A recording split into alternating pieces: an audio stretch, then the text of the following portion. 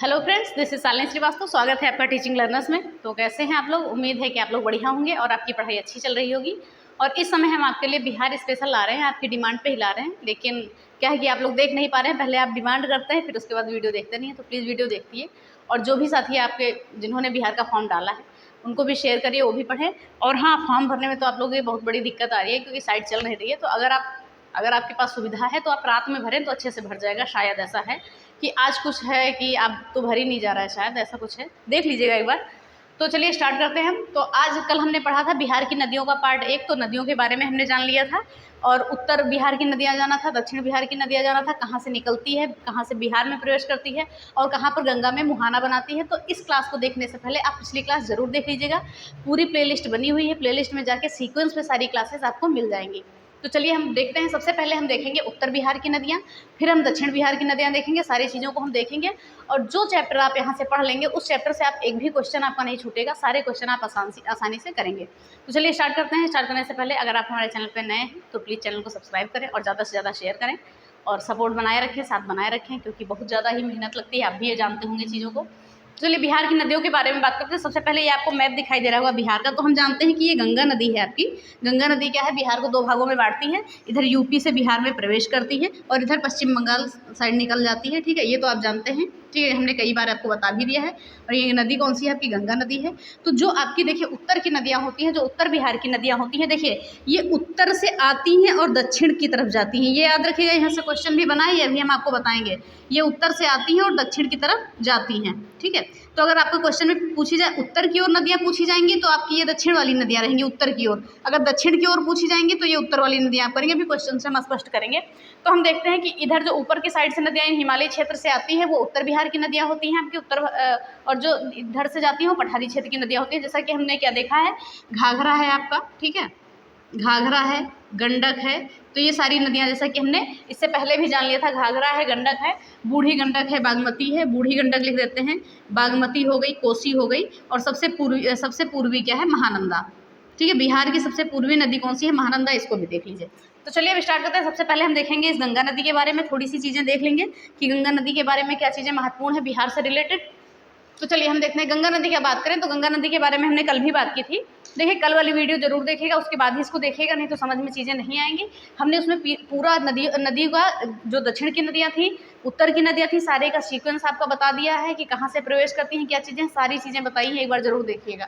तो गंगा नदी के बारे में बात करिए, उद्गम कहाँ से होता है? गंगोत्री ग्लेशियर आपका क्या है, उत्तराखंड से। यूके हम लिख देते हैं। गंगोत्री ग्लेशियर जो है उत्तराखंड से इसका उद्गम होता है। और गंगा नदी की कुल लंबाई 2525 किलोमीटर है। ये कुल लंबाई भी आपका पूछता है। अगर बिहार में लंबाई पूछा जाए तो बिहार में गंगा नदी की लंबाई कितनी है? 445 किलोमीटर है। इसको भी हम याद रखेंगे। बिहार में गंगा नदी की लंबाई 445 किलोमीटर है। अगर पूछा जाए गंगा नदी की कुल लंबाई कितनी है तो 2525 किलोमीटर है। ये चीज़ है आपकी, ठीक है। अब हम देखते हैं देवप्रयाग में, ध्यान से देखिएगा। देवप्रयाग में जो है अलकनंदा और भागीरथी जो है मिल जाती हैं, तो वहीं से इसका नाम क्या रहता है? गंगा पड़ता है। ठीक है, तो भागीरथी और अलकनंदा के मिलने को क्या कहते हैं? गंगा कहते हैं। वहीं से यहाँ नाम क्या पड़ जाता है? गंगा पड़ जाता है। ध्यान से देखिएगा एक बार। देवप्रयाग में अलकनंदा और भागीरथी नदियाँ जहाँ पर मिलती हैं और वहाँ से क्या होता है? इसका नाम क्या पड़ता है? गंगा पड़ता है। ठीक है, जब दोनों नदियाँ मिल जाती हैं तो उसका नाम गंगा हो जाता है। ठीक है, चलिए अब बात करें गंगा नदी का प्रवेश। अगर हम बिहार में बात करें कि गंगा नदी बिहार में कहाँ से प्रवेश करती है, तो ये बक्सर जिले से प्रवेश करती है, चौसा के समीप से। ठीक है, बक्सर जिले में चौसा के समीप से क्या है? प्रवेश करती है। और निकलने की बात करें कहाँ से निकलती है, तो कटिहार एवं भागलपुर होते हुए पश्चिम बंगाल चली जाती है। ठीक है, क्या है, जो गंगा नदी है आपकी कटिहार एवं भागलपुर होते हुए कहाँ पर चली जाती है? पश्चिम बंगाल चली जाती है। तो ये चीज़ हम देखेंगे, ये चीज़ें इंपॉर्टेंट हो गई आपकी। ठीक है, कि कहाँ से प्रवेश करती है, कहाँ से निकलती है, क्या चीज़ें हैं। देखिए बिहार के परिप्रेक्ष्य में सारी चीज़ें इंपॉर्टेंट हैं। अभी हम बिहार का भूगोल पढ़ रहे हैं, उसके बाद हम सारी चीज़ों को पढ़ेंगे, तो इसको देखते रहिएगा आप। ठीक है, और चलिए बात करें पश्चिम बंगाल चली जाती है, ये तो हम जान गए। फिर बात करें कि गंगा नदी जो है बिहार के 12 जिलों, ठीक है, 12 जिलों में इसका विस्तार है गंगा नदी का। ठीक है, तो बिहार में गंगा नदी, ठीक है, बिहार में गंगा नदी सर्वाधिक 12 जिलों से गुजरती है। अगर पूछा जाए कि बिहार में गंगा नदी कितने जिलों से गुजरती है, तो 12 जिलों से गुजरती है बिहार में गंगा नदी। ठीक है, और अगर गंगा नदी की सर्वाधिक लंबाई की हम बात करें तो पटना में सर्वाधिक लंबाई है गंगा नदी की। ये क्वेश्चन आपका पूछा गया है बीपीएससी में। जैसा कि हमने जैसे यहाँ पे मैप बनाया, देख लीजिए ध्यान से, और यहाँ पे कहीं स्थिति ये पटना की होती है आपकी, और जब गंगा नदी ये गुजरती है तो बिहार में सबसे ज़्यादा इसकी लंबाई होती है, तो ये चीज़ आप याद रखेंगे, ठीक है। तो गंगा नदी बिहार के 12 जिलों से गुजरती है, सबसे ज़्यादा लंबाई से कहाँ पर है, पटना में है। अब हम बात करें, और बांग्लादेश में गंगा नदी को क्या कहते हैं, पद्मा कहते हैं। बांग्लादेश में गंगा नदी को पद्मा कहते हैं। और जो गंगा नदी है ये गिरती कहाँ पर है, ठीक है, तो ये बे ऑफ बंगाल यानी कि बंगाल की खाड़ी में गिर जाती है। तो ये चीज़ें हो गई। और इसकी सहायक नदियाँ कुछ हैं, देख लीजिए, जो बिहार में मिलती हैं गंगा नदी से, वो ये नदियाँ हैं घाघरा, गंडक, बूढ़ी गंडक, कोसी, सोन, पुनपुन, ये बिहार में जो है गंगा नदी से मिलती हैं, ये उसकी सहायक नदियाँ हैं। और एक नदी है आपकी अजय और महानंदा, ठीक है, अजय और महानंदा ये बिहार के बाहर मिलती हैं, ठीक है। एक अजय नदी है आपकी, अजय और महानंदा, ये गंगा नदी से कहाँ मिलती है, बिहार के बाहर मिलती है, बिहार के बाहर मिलती है गंगा नदी से, ये चीज़ याद है। देखिए पीडीएफ से अच्छा है कि अगर आप एक चीज़ों को नोट करेंगे तो वो चीज़ें ज़्यादा सही रहेंगी, आपकी शॉर्ट नोट्स भी बन जाएगी। तो चलिए गंगा नदी के बारे में एक बार और जानते हैं, फिर हम उत्तर बिहार की नदियों के बारे में जानते हैं। तो ध्यान से देखिएगा, गंगा नदी का उद्गम गंगोत्री ग्लेशियर उत्तराखंड से होता है। 2525 किलोमीटर कुल गंगा नदी की लंबाई है भारत में, और बात करें बिहार में लंबाई है तो 445 किलोमीटर है। अब हम बात करते हैं बिहार में प्रवेश कहाँ से करती है, बक्सर से, ठीक है, चौसा के समीप जो है प्रवेश करती है, और निकलती है कटिहार और भागलपुर होते हुए पश्चिम बंगाल में निकल जाती है। पश्चिम बंगाल से गंगा नदी निकल जाती है और बिहार के 12 जिलों से होकर गंगा नदी गुजरती है। और गंगा नदी की सर्वाधिक लंबाई कहाँ पर है, पटना में है। और बात करेंगे बांग्लादेश में गंगा नदी को हम क्या कहते हैं, पद्मा कहते हैं, और ये बंगाल की खाड़ी में गिरती है। और देवप्रयाग में अलकनंदा और भागीरथी नदियाँ जहाँ पर मिलती हैं वहीं से इसका नाम क्या पड़ जाता है, गंगा पड़ जाता है। और सहायक नदियाँ जो बिहार में गंगा से मिलती हैं वो नदियाँ कौन सी हैं, घाघरा, गंडक, बूढ़ी गंडक, कोसी, सोन, पुनपुन, ये बिहार में मिलती हैं। और बिहार के बाहर कौन सी नदी मिलती है, अजय और महानंदा, ये बिहार के बाहर गंगा नदी से मिलती है। तो ये गंगा नदी के बारे में पूरी चीज़ें कंप्लीट हो गई। यहाँ से एक क्वेश्चन भी आपका बाहर नहीं जाएगा बिहार से रिलेटेड, ठीक है। अब हम आते हैं यहाँ पर उत्तर बिहार की नदियाँ। तो उत्तर बिहार की नदियों के बारे में हमने जैसे बात की थी, यहाँ पर ये उत्तर बिहार की नदियाँ हैं जो हिमालय क्षेत्र से आपकी आई हैं, यानी उत्तर साइड से आई हैं। तो ये नदियाँ हम पहले घाघरा, गंडक, बूढ़ी गंडक, बागमती, कोसी और महानंदा, सारी चीज़ों के बारे में जानेंगे। तो सबसे पहले हम क्या करते हैं, घाघरा नदी को लेते हैं। इंपॉर्टेंट बहुत है घाघरा नदी आपकी, इसका एक नाम और क्या है, सरयू है, ठीक है, इसका एक नाम और है, सरयू भी कहते हैं इसको, तो ये भी आप याद रखेंगे, इसको हम सरयू भी कहते हैं। फिर आगे हम बात करेंगे, यहाँ पर ध्यान से देखिएगा घाघरा नदी के बारे में। ये मानसरोवर झील तिब्बत से निकलती है और उत्तर प्रदेश में आती है। फिर उसके बाद जो बिहार में प्रवेश करती है तो सिवान से जो है बिहार में प्रवेश कर जाती है घाघरा नदी। तो अगर क्वेश्चन बनता है कि घाघरा नदी बिहार में कौन से ज़िले से प्रवेश करती है, तो सिवान ज़िले से प्रवेश करती है बिहार में घाघरा नदी। अब हम बात करें मैदानी क्षेत्रों में जो है घाघरा नदी को क्या कहा जाता है, सरयू कहा जाता है। मैदानी क्षेत्र में घाघरा नदी को सरयू कहा जाता है और नेपाल में इसको गोगरा और करनाली कहा जाता है। ये करनाली नाम बहुत पूछा गया है आपका, ठीक है, ये करनाली नाम आपका जो है बहुत पूछा गया है। तो घाघरा नदी को सरयू कहाँ पर कहते हैं, मैदानी भाग में कहते हैं, और गोगरा और करनाली कहाँ पर कहते हैं, नेपाल में कहते हैं। तो ये लाइन आप याद रखेंगे। और इसकी कुछ सहायक नदियाँ, वैसे सहायक नदियाँ कम पूछी जाती हैं लेकिन आपको जानना जरूरी है। तो सहायक नदी जो है घाघरा की कौन सी है, राप्ती है, छोटी गंडक है, शारदा है, भेरी है और सेती है। ये सारी लगभग नदियाँ क्या हैं आपकी, घाघरा की सहायक नदियाँ हैं, ठीक है। अब हम एक एक बार और रिवाइज कर लेंगे, तो इसके बारे में चिंता मत करिएगा, चीज़ें आपको सब समझ में आएंगी, बस आप चीज़ें नोट करते रहिएगा, ठीक है। एक दो बार वीडियो देखिएगा, अच्छे से नोट करते रहिएगा। अभी हम रिवाइज भी करेंगे चीज़ों को, तो चलिए हम एक ही बार में रिवाइज कर लेते हैं।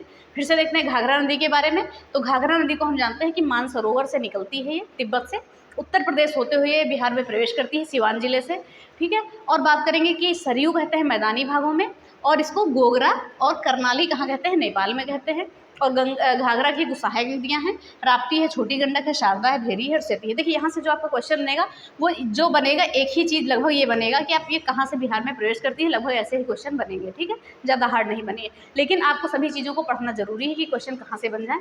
फिर अगली नदी हमारी आती है गंडक नदी, ये भी इंपॉर्टेंट नदी है। ये बिहार में भैंसा लोटन पश्चिमी चंपारण से प्रवेश करती है, ठीक है। क्या है, जो गंडक नदी है ये भैंसा लोटन पश्चिमी चंपारण से बिहार में प्रवेश करती है। और ये गंडक नदी उत्तर प्रदेश और बिहार के बीच में 45 किलोमीटर की सीमा बनाती है। ये फैक्ट इंपॉर्टेंट है, याद रखिएगा, ठीक है। अगर पूछा जाता है कि कौन सी नदी बिहार और उत्तर प्रदेश के बीच में 45 किलोमीटर की सीमा बनाती है, तो वो गंडक नदी बनाती है। अब बात करेंगे गंडक नदी को मैदानी भागों में क्या कहते हैं, नारायणी कहते हैं, ये नाम भी आपका पूछा जाता है, गंडक नदी को मैदानी भागों में क्या कहते हैं, नारायणी कहते हैं। और इसे जो है सप्तगंडकी और शालिग्रामी कहते हैं नेपाल में। देखिए शालिग्राम आप देखते होंगे पत्थर आते हैं जो नदियों में छोटे छोटे गोल काले काले पत्थर होते हैं, उन्हें शालिग्राम पत्थर कहते हैं, तो वही पत्थर है ये, तो ध्यान से देखिएगा। तो शालिग्राम उन्हीं को कहते हैं। तो गंडक नदी को जो है मैदानी भागों में क्या कहते हैं, नारायणी कहते हैं। और सप्तगंडकी और शालिग्रामी कहाँ पर कहते हैं, नेपाल में कहते हैं। ठीक है, और इसकी भी कुछ सहायक नदियाँ हैं, देख लीजिए। काली गंडक, त्रिशूली, बूढ़ी गंडक आदि नदियाँ हैं। कौन सी, काली गंडक और त्रिशूली, बूढ़ी गंडक, तो ये सारी क्या है इसकी सहायक नदियाँ हो गई गंडक की। तो एक बार और देख लेते हैं। गंडक नदी बिहार में प्रवेश करती है पश्चिमी चंपारण भैंसालोटन से। ठीक है, और ये उत्तर प्रदेश और बिहार के बीच 45 किलोमीटर की सीमा बनाती है। और मैदानी भागों में से नारायणी कहा जाता है। और सप्तगंडकी और शालिग्रामी कहाँ पर कहते हैं, इसको नेपाल में कहते हैं। इसकी कुछ सहायक नदियाँ हैं, काली गंडक, त्रिशूली, बूढ़ी गंडक आदि ये सारी नदियाँ हैं। तो ये घाघरा, देखिए उत्तर बिहार की नदियों में हमने क्या देख लिया, घाघरा को देख लिया और गंडक नदी को देख लिया। ठीक है, इधर हमने घाघरा को देख लिया, ये घाघरा को देख लिया और ये गंडक नदी को देख लिया। अब हम आते हैं बूढ़ी गंडक को। ठीक है, मोस्ट इंपॉर्टेंट आपकी ये भी मंदिर है। बूढ़ी गंडक के बारे में हमने क्या जाना था कि बिहार की एकमात्र नदी जो बिहार में ही निकलती है और बिहार में ही संगम बना लेती है, मुहाना बना लेती है, तो ये चीज़ है। तो इसको जो है सिकरहाना कहते हैं, ऊपरी भागों में क्या कहते हैं, बूढ़ी गंडक को सिकरहाना कहते हैं। और इसकी कुछ सहायक नदियाँ पूछी जाती हैं और एक फैक्ट यही पूछा जाता है कि बिहार में ही निकलने वाली और बिहार में ही फिर गंगा से मिल जाने वाली नदी कौन सी है, बूढ़ी गंडक है। तो इसका उद्गम देखिए, पिछली क्लास देखेंगे आपको बहुत चीज़ें क्लियर हो जाएंगी। उस क्लास में मैंने ये सारी चीज़ें बता दी है, तो एक बार प्लीज़ देख लीजिएगा पिछली क्लास। तो हम देखेंगे इसकी सहायक नदियाँ कौन है। मसान है, बहुत ज़्यादा पूछी गई है बूढ़ी गंडक की सहायक नदी। मसान के बारे में ये मत भूलिएगा, मसान नाम इंपॉर्टेंट है। बालोर है, प्यूर है, धनौती है आदि ये सारी नदियाँ हैं। ठीक है, जो सहायक नदियाँ हैं बूढ़ी गंडक की। तो सिकरहाना इसका अन्य नाम है, याद रखिएगा। और इसकी सहायक नदियाँ कौन है, मसान, बालोर, प्यूर और धनौती। ठीक है, चलिए आगे हम देखते हैं। आगे देखते हैं बागमती नदी। फिर देखिए बूढ़ी गंडक हो गई, अब हम आते हैं यहाँ बागमती नदी पर। तो बागमती के बारे में हम जानते हैं। देखिए इसका उद्गम कहाँ से होता है, महाभारत श्रेणी से होता है। उद्गम कहाँ से होता है, महाभारत श्रेणी से होता है। महाभारत श्रेणी कहाँ पर है, कल हमने बताया था, तो प्लीज़ कमेंट बॉक्स में अगर आपने क्लास देखी है तो प्लीज़ लिखिएगा। तो बागमती नदी के बारे में बात करते हैं। महाभारत श्रेणी से निकलती है और बिहार में प्रवेश करने की बात करें तो सीतामढ़ी में प्रवेश करती है। बिहार में जो है सीतामढ़ी से प्रवेश करती है। ठीक है, सीतामढ़ी से प्रवेश करती है बिहार में ये बागमती नदी। और इसका मिलन जो है पहले बूढ़ी गंडक में मिलती थी नदी ये, लेकिन अब क्या है कोसी में मिल जाती है। तो ये चीज़ें भी हम याद रखेंगे। तो बागमती नदी का मिलन पहले क्या हो जाता था, बूढ़ी गंडक में होता था, लेकिन अब क्या है कोसी नदी में इसका मिलन होता है। कोसी नदी में मिल जाती है, प्रवेश करती है सीतामढ़ी से बिहार में, और वैसे उद्गम इसका होता है महाभारत श्रेणी से। ठीक है, अब हम देखते हैं यहाँ पर इसकी कुछ सहायक नदियाँ हैं जो इंपॉर्टेंट नहीं है। एक बार नाम देख लीजिए, लालबकिया, लखनदेई, मनोहरा, अधवरा। तो इसको आपको नहीं याद करना है। अब ये इंपॉर्टेंट है आपका, ये इंपॉर्टेंट है कि जो काठमांडू है और पशुपतिनाथ मंदिर है नेपाल में, वो बागमती नदी के ही तट पर है। तो याद रखिएगा, ये इसी नदी के, बागमती नदी के ही तट पर है। तो ये याद रखिएगा। ठीक है, पूछा जा सकता है क्वेश्चन कि काठमांडू और पशुपतिनाथ मंदिर जो है नेपाल में किस नदी के तट पर है, तो ये बागमती नदी के तट पर है। ठीक है, चलिए अब हम देखते हैं आगे। कोसी नदी बहुत ही इंपॉर्टेंट है, बिहार के लिए तो ज़्यादा इंपॉर्टेंट है ये। और इसका उद्गम कहाँ से होता है, गोसाई स्थान से। ठीक है, और ये बिहार में प्रवेश करती है सुपौल जिले से। ठीक है, सुपौल जिले से प्रवेश करती है। कोसी नदी जो है गोसाई स्थान इसका उद्गम स्थल है और बिहार में प्रवेश जो करती है सुपौल से करती है। अब हम देखते हैं ये किस लिए कुख्यात है। कुख्यात क्या है, ये अपने मार्ग परिवर्तन के लिए कुख्यात है। ये बहुत ज़्यादा अपना मार्ग परिवर्तन करती है ऐसे ऐसे। ठीक है, इसीलिए इसको बिहार का शोक कहते हैं। इसीलिए क्या कहते हैं, कोसी नदी को बिहार का शोक कहते हैं। तो ये भी चीज़ें आपको याद रखनी है। कोसी नदी को क्या कहते हैं, बिहार का शोक कहते हैं। और इसे एक नाम बिहार का अभिशाप भी कहते हैं और बिहार का शोक भी कहते हैं, याद रखिएगा। और ये जो नदी है कोसी नदी गंगा में कुर्सेला में विलीन हो जाती है। ये क्वेश्चन आपका पूछा गया है, इंपॉर्टेंट है कि कोसी नदी गंगा में कहाँ पर विलीन होती है, तो कुर्सेला में ये गंगा में विलीन हो जाती है, ये क्वेश्चन। ठीक है, चलिए एक बार हम और देखते हैं, फिर इसकी सहायक नदियों को देखते हैं।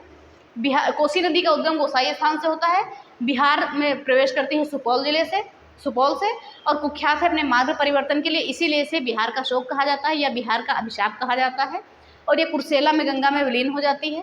अब बात करेंगे इसकी कुछ सहायक नदियाँ कौन सी हैं। अरुण नदी है, तमोर है, दूध कोसी है, तामा कोसी है, इंद्रावती है और सुन कोसी। ये आदि नदियाँ क्या हैं, कोसी नदी की सहायक नदियाँ हैं। तो ये सारी चीज़ें आप एक बार याद रखेंगे। आप साथ में अगर नोट करते रहेंगे तो चीज़ें सही रहेंगी।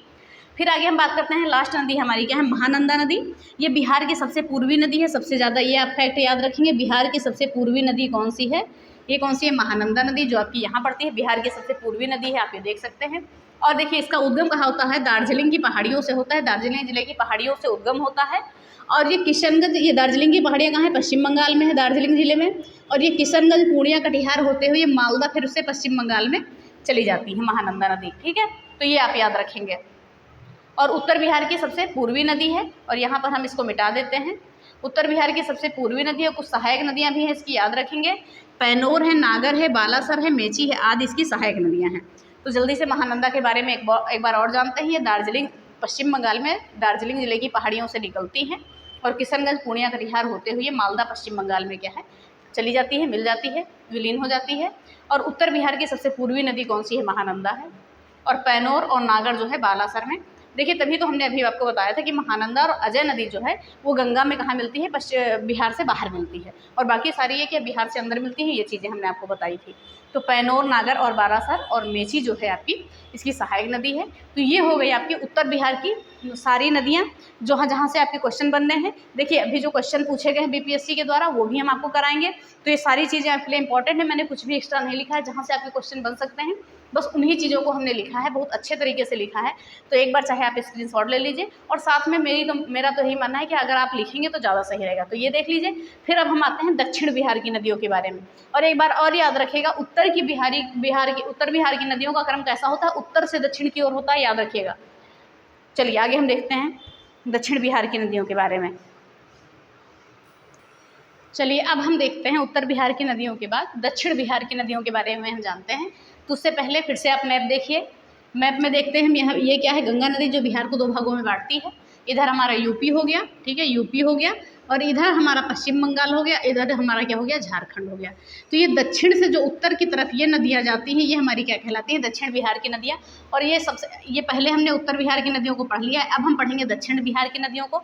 सबसे पहले हम क्या देखेंगे? कर्मनाशा जो आपकी यहाँ है, फिर क्या आती है? आपकी सोन नदी आती है, ठीक है। फिर ऐसे ही आपकी फाल्गु नदी, पुनपुन नदी, निरंजना नदी, सारी चीज़ें आती हैं, तो उनको हम देखेंगे अभी, ठीक है। और मतलब ये आपका कह समझाने का मतलब ये था कि जो बिहार में है, जो उत्तर की तरफ से नदियाँ आती हैं वो इधर है हिमालयी नदियाँ, और दक्षिण की तरफ से ये नदियाँ हैं, और बीच में जो गंगा नदी है सारी जाकर कहाँ मिलती है? गंगा नदी में मिल जाती हैं, ठीक है। तो इन सभी चीज़ों के बारे में हम बात करें, कहाँ से निकलती है, कहाँ से गंगा में कहाँ पर मिलती है, क्या चीज़ें हैं। तो सबसे पहले दक्षिण की नदियों को हम दक्षिण बिहार की नदियों में जो देखिए, जो दक्षिण बिहार की नदियाँ हैं ये दक्षिण से उत्तर की तरफ इनका प्रवाह होता है, और जो उत्तर की है इनका उत्तर से दक्षिण की तरफ प्रवाह होता है। ये चीज़ जरूर ध्यान में रखिएगा। चलिए अब हम सबसे पहले देखते हैं कर्मनाशा नदी, ठीक है। कर्मनाशा नदी को देखते हैं, ये कहाँ से निकलती है? इसका उद्गम होता है विंध्य की पहाड़ियों से, ठीक है, विंध्य की पहाड़ियों से उद्गम होता है इसका। और जो बिहार में प्रवेश करती है ये चौसा बक्सर से प्रवेश करती है और गंगा में मिल जाती है, ठीक है। जो कर्मनाशा नदी है ये विंध्य की पहाड़ियों से इसका उद्गम होता है, और बिहार में जो है चौसा बक्सर से प्रवेश करती है और गंगा में क्या करती है? मिल जाती है, ठीक है। ये चीज़ें हो गई। अब बात करें, कर्मनाशा नदी जो है दक्षिण बिहार की सबसे पश्चिमी नदी है। जो कर्मनाशा नदी है दक्षिण बिहार की सबसे पश्चिमी नदी है, दक्षिण बिहार की सबसे पश्चिमी नदी है। और अभी हमने पढ़ा था कि उत्तर बिहार की सबसे पूर्वी नदी कौन सी थी? आपकी महानंदा थी। यहाँ पे जो आपकी थी ये आपकी महानंदा थी, ठीक है। ये क्या थी? उत्तर बिहार की सबसे पूर्वी नदी। और ये जो कर्मनाशा है आपकी दक्षिण बिहार की सबसे पश्चिमी नदी, ये जरूर याद रखिएगा, ठीक है। और कर्मनाशा को अपवित्र नदी भी कहा जाता है, तो याद रखिएगा अपवित्र नदी भी कहा जाता है कर्मनाशा नदी को। तो ये हो गई कर्मनाशा नदी, विंध्य की पहाड़ियों से निकलती है, चौसा बक्सर से जो है आपके बिहार में प्रवेश करती है, और ये जो है दक्षिण भारत की सबसे पश्चिमी नदी है, और ये अपवित्र नदी भी इसे कहा जाता है। कर्मनाशा नदी के बारे में आपका इतना ही इंपॉर्टेंट है। अब हम आगे आते हैं सोन नदी, जो आपकी बहुत ही इंपॉर्टेंट है। ध्यान से देखिएगा सोन नदी को। सोन नदी को हम देखते हैं, ये अमरकंटक की पहाड़ियों से पहली बात तो निकलती है, ध्यान से देखिएगा, मैकाल श्रेणी, ठीक है। अमरकंटक की पहाड़ियों से, मैकाल श्रेणी से। अमरकंटक की पहाड़ियाँ कहाँ पर हैं ये बताइएगा आप, ठीक है।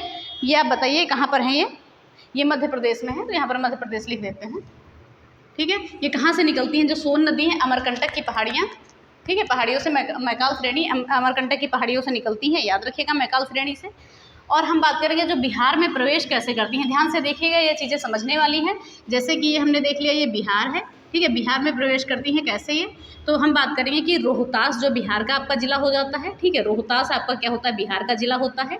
और गढ़वा जो आपका ये झारखंड का ज़िला होता है। तो इसके बीच से जो है, तो रोहतास और जो आपका झारखंड का ज़िला है, कौन सा? ये गढ़वा ज़िला है झारखंड का, इसके बीच से प्रवेश करती है और जाकर गंगा में मिलती है। तो ये कौन सी नदी होती है? सोन नदी। तो अगर पूछा जाए तो ये कहाँ से प्रवेश करती है? तो रोहतास और गढ़वा जिले के बीच से जो है बिहार में प्रवेश करती है। यहाँ पे लिखा हुआ है आपका, तो बिहार में प्रवेश करती है। रोहतास जो बिहार का जिला है और गढ़वा जो जिला है आपका झारखंड का, इसके बीच से जो है बिहार में प्रवेश करती है। और रोहतास और भोजपुर से सीमा बनाते हुए रोहतास और भोजपुर से सीमा बनाते हुए मनेर दानापुर में कहाँ पर मिल जाती है? गंगा में मिल जाती है। मनेर दानापुर में कहाँ से मिल जाती है? गंगा में मिल जाती है। तो याद रखिएगा सोन नदी के बारे में इतना। तो अमरकंटक की पहाड़ियों से निकलती है मैकाल श्रेणी से, मध्य प्रदेश से, और बिहार में यहाँ से प्रवेश करती है। तो रोहतास और गढ़वा जिले के बीच से जो है बिहार में प्रवेश करती है। और कहाँ पर मिलती है? गंगा में, मनेर दानापुर में ये गंगा से मिल जाती है। ठीक है, ये सोन नदी है। अब बात करेंगे, एक इंपॉर्टेंट फैक्ट और है कि यमुना के बाद जो गंगा नदी की सबसे बड़ी सहायक नदी है, दूसरी बड़ी सहायक नदी, देखिए सबसे बड़ी सहायक नदी गंगा की कौन सी है? यमुना है। अगर दूसरी सबसे बड़ी सहायक नदी पूछा जाए तो वो सोन नदी है, याद रखिएगा। गंगा है, दूसरी सबसे बड़ी सहायक नदी सोन नदी है, और पहली सबसे बड़ी सहायक नदी कौन सी है? यमुना नदी है। और इसकी कुछ सहायक नदियां हैं, इनको हम जानते हैं, रिहंद है, कन्हार है, उत्तरी कोयल है। तो ये भी हम याद रखेंगे, क्योंकि सोन नदी जो है बहुत ही इंपॉर्टेंट है। और सोन नदी पर बहुत सारे बांध बने हुए हैं, इनको भी देखिएगा, वो हम कल भी देखेंगे। तो देखिए डेहरी बांध जो आपका बना हुआ है रोहतास में, सोन नदी पर है। इंद्रपुरी बैराज ये भी रोहतास में है, ये भी कहाँ बना हुआ है? आपका सोन नदी पर। और बात करें बाणसागर बांध जो है मध्य प्रदेश, ये भी सोन नदी पर आपका बना हुआ है। तो सोन नदी के बारे में एक बार थोड़ा सा और जानते हैं। अमरकंटक की पहाड़ियों से निकलती है और रोहतास और गढ़वा जिले के बीच से बिहार में प्रवेश करती है। मनेरा दानापुर में कहाँ से मिल जाती है? गंगा से मिल जाती है। सहायक नदियाँ कौन सी हैं? रिहंद, कन्हार, उत्तरी कोयल। और यमुना के बाद दूसरी सबसे बड़ी गंगा की सहायक नदी कौन सी है? सोन है। डेहरी बांध, इंद्रपुरी बैराज और बाणसागर बांध सोन नदी पर ही बने हुए हैं। तो ये चीज़ें हो गई आपकी सोन नदी के बारे में, बहुत ही जरूरी ये चीज़ें हैं, ये सारी चीज़ें आपकी पूछी जाती हैं। फिर हम बात करेंगे पुनपुन नदी के बारे में। पुनपुन नदी जो है झारखंड के पलामू जिले में जो छोटापुर नागपुर के पठार से निकलती है, याद रखिएगा, छोटा नागपुर के पठार से निकलती है पुनपुन नदी, झारखंड पलामू से। ठीक है, और ये फिर औरंगाबाद, जहानाबाद होते हुए फतुहा में कहाँ से मिल जाती है? गंगा नदी में मिल जाती है। क्वेश्चन आपका पूछा गया है ये कि पुनपुन नदी गंगा नदी से कहाँ पर मिलती है? तो फतुहा में गंगा नदी से पुनपुन नदी मिल जाती है, याद रखेंगे इसको हम। और इसकी सहायक नदियाँ कौन कौन सी हैं? मोरहर, मादर, दरधा आदि नदियाँ जो है आपकी इसकी सहायक नदियाँ हैं। और दक्षिण बिहार की दूसरी सबसे प्रमुख नदी आपकी कौन सी है? पुनपुन नदी। दक्षिण बिहार की दूसरी सबसे प्रमुख नदी कौन सी है आपकी? क्या है? पुनपुन नदी। ठीक है, चलिए एक बार हम इसको और देखते हैं। पुनपुन नदी जो है आपकी कहाँ से निकलती है? झारखंड के पलामू जिले के छोटा नागपुर पठार से निकलती है, औरंगाबाद, जहानाबाद होते हुए फतुहा में क्या हो जाती है? गंगा नदी से मिल जाती है। और इसकी सहायक नदियाँ कौन सी हैं? मोरहर, मादर और दरधा हैं। और ये भी दक्षिण बिहार की प्रमुख नदी है, तो याद रखिएगा दूसरी प्रमुख नदी है पुनपुन नदी। तो ये इंपॉर्टेंट नदी हो गई। अब आपकी एक इंपॉर्टेंट नदी कौन सी आती है? आपकी फाल्गु नदी। इसके बारे में ध्यान से देखिएगा। फाल्गु नदी, इसका उद्गम कहाँ होता है? झारखंड हजारीबाग का पठार से निकलती है ये, और जो है लीलागंज और मुहाना नदी से मिल जाती है। ठीक है, लीलागंज और मुहाना नदी में मिल जाती है और गया होते हुए, ठीक है, गया होते हुए पुनपुन नदी में मिल जाती है। जो पुनपुन नदी क्या है? गंगा की उपनदी है, गंगा की उपनदी, गंगा की उपनदी, याद रखिएगा। ठीक है, तो चलिए एक बार ये लाइन हम और रिपीट करते हैं, ध्यान से सुनिएगा कि जो है ये हजारीबाग पठार से निकलने वाली लीलाजन यानी निरंजना, जैसे कि लिखा हुआ लीलाजन यानी कि निरंजना लिखा हुआ है। ठीक है, लीलाजन, निरंजना तथा मुहाना नदियों से मिलने से बनती है। ठीक है, ये फाल्गु नदी कैसे बनती है? ये निरंजना और मुहाना नदी के मिलने से क्या बनती है? फाल्गु नदी मिलती है। फिर ये गया होते हुए पुनपुन नदी में मिल जाती है। जो पुनपुन नदी क्या है? ये गंगा की उपनदी है, उसके बाद ये गंगा में मिलती है, ये चीज़ याद रखेंगे। और जो आपका गया में, जब गया में पितृपक्ष के समय लोग वहाँ पे जाते हैं, गया जी जाते हैं, तो विष्णुपद मंदिर जाते हैं वहाँ पे, वो भी आपका फाल्गु नदी के तट पर है। ठीक है, फाल्गु नदी के निकट ही बना हुआ है, जहाँ पर पितृपक्ष में लाखों संख्या में हिंदू जो धर्म के तीर्थयात्री आते हैं, फाल्गु नदी के पास भी है, इसको याद रखेंगे। और भारत का जो सबसे बड़ा रबर डैम है वो भी बिहार में आपका बना हुआ है। कहाँ पर? ये फाल्गु नदी के पास। तो ये भी गया जी डैम के नाम से इसको हम जानते हैं। और भारत का सबसे बड़ा रबर डैम है ये आपका कौन सा? गया जी डैम, याद रखेंगे। चलिए एक बार हम और फाल्गु नदी को देखते हैं। उद्गम हजारीबाग पठार से निकलती है। ठीक है, और ये लीलाजन निरंजना नदी और मोहना नदी से मिलकर क्या बनती है? फाल्गु नदी बनती है। फिर गया से होते हुए पुनपुन में मिल जाती है, और पुनपुन क्या है?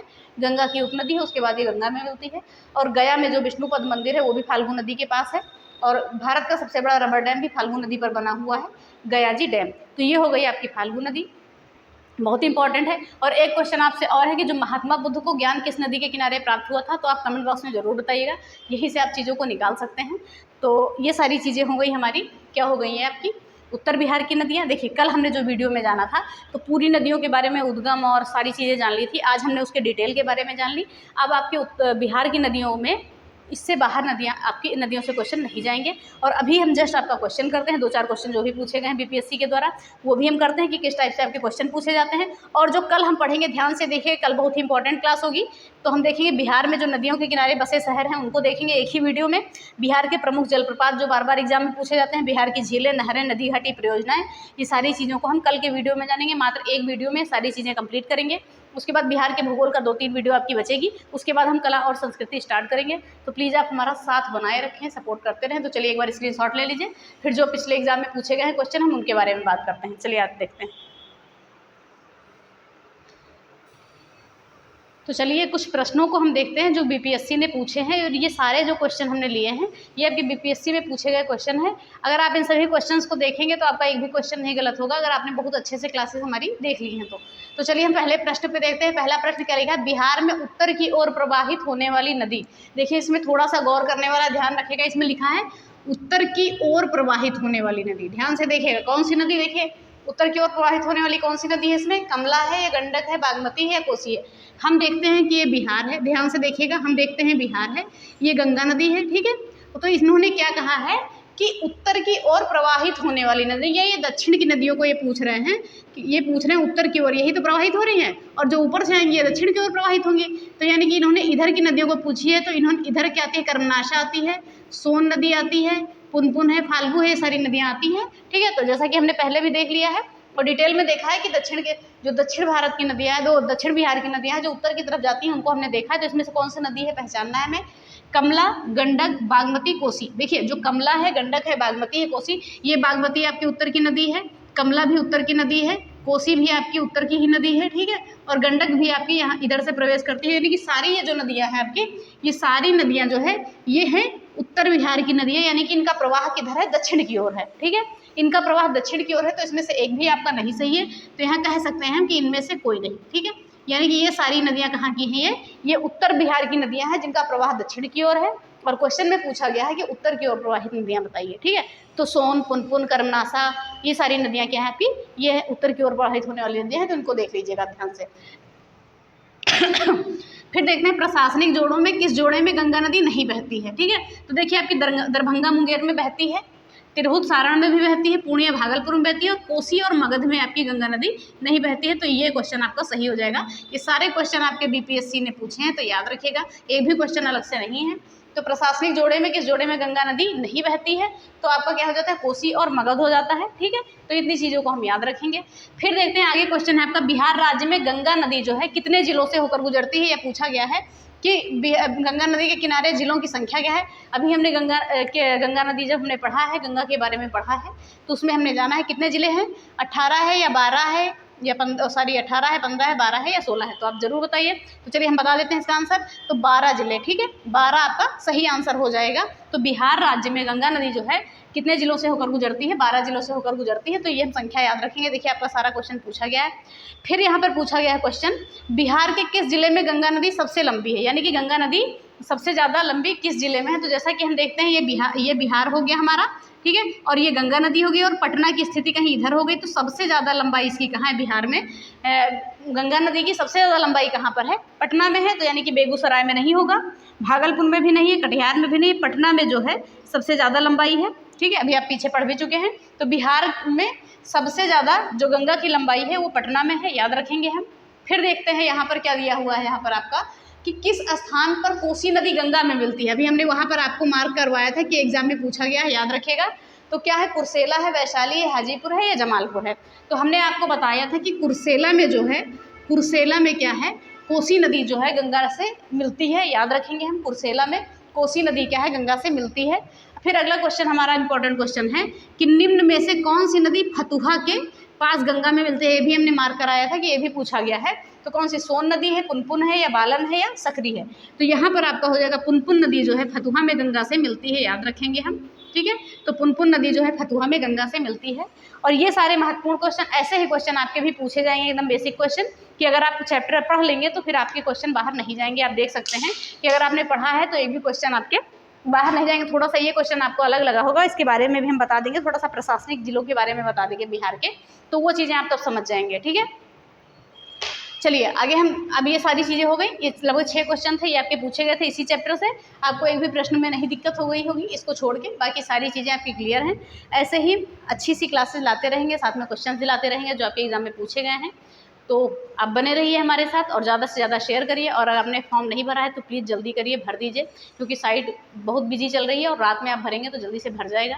तो चलिए इसके साथ वीडियो खत्म करते हैं। तो अगर वीडियो पसंद आई है तो प्लीज़ वीडियो को लाइक करिए, शेयर करिए और चैनल को सब्सक्राइब करें, साथ में बेल आइकन दबाना ना भूलें। धन्यवाद, जय हिंद।